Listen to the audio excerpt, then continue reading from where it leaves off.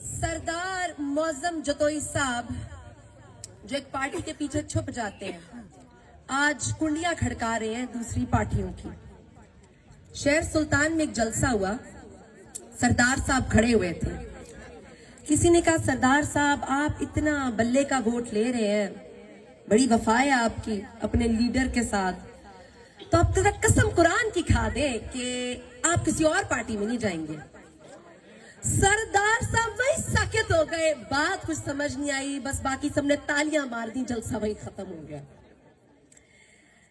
जो लोग हमारे सियासी मुखालफिन बड़े बड़े आके दावे करते हैं ना, जो लीडर बनने के दावे करते हैं, जिनके हाथ में माइक आ जाए तो वो साकित हो जाते हैं, या माइक आ जाए तो ओ के अलावा कोई बात नहीं होती, बात आपके लिए क्या लड़ेंगे, वो आपके लिए क्या फंड्स लाएंगे, मुझे ये तो बताएं।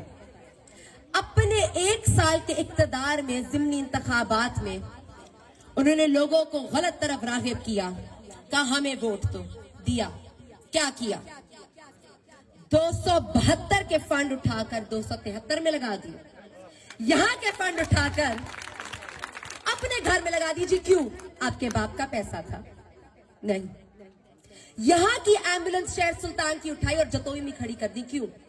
जतोई में एम्बुलेंस की कमी थी। यहां के म्युनिसिपल कमेटी के निजाम को दरहम बरहम कर दिया।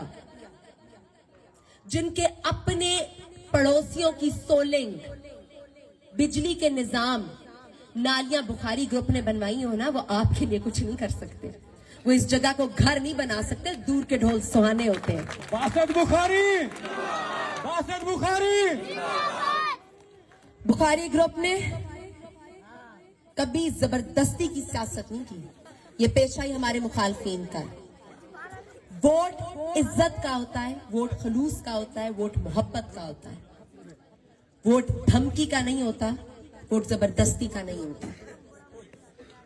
हमेशा इज्जत दी है, अपने दोस्तों का दिफा करना जानते हैं और बढ़ चढ़ कर दिफा करेंगे इंशाअल्लाह।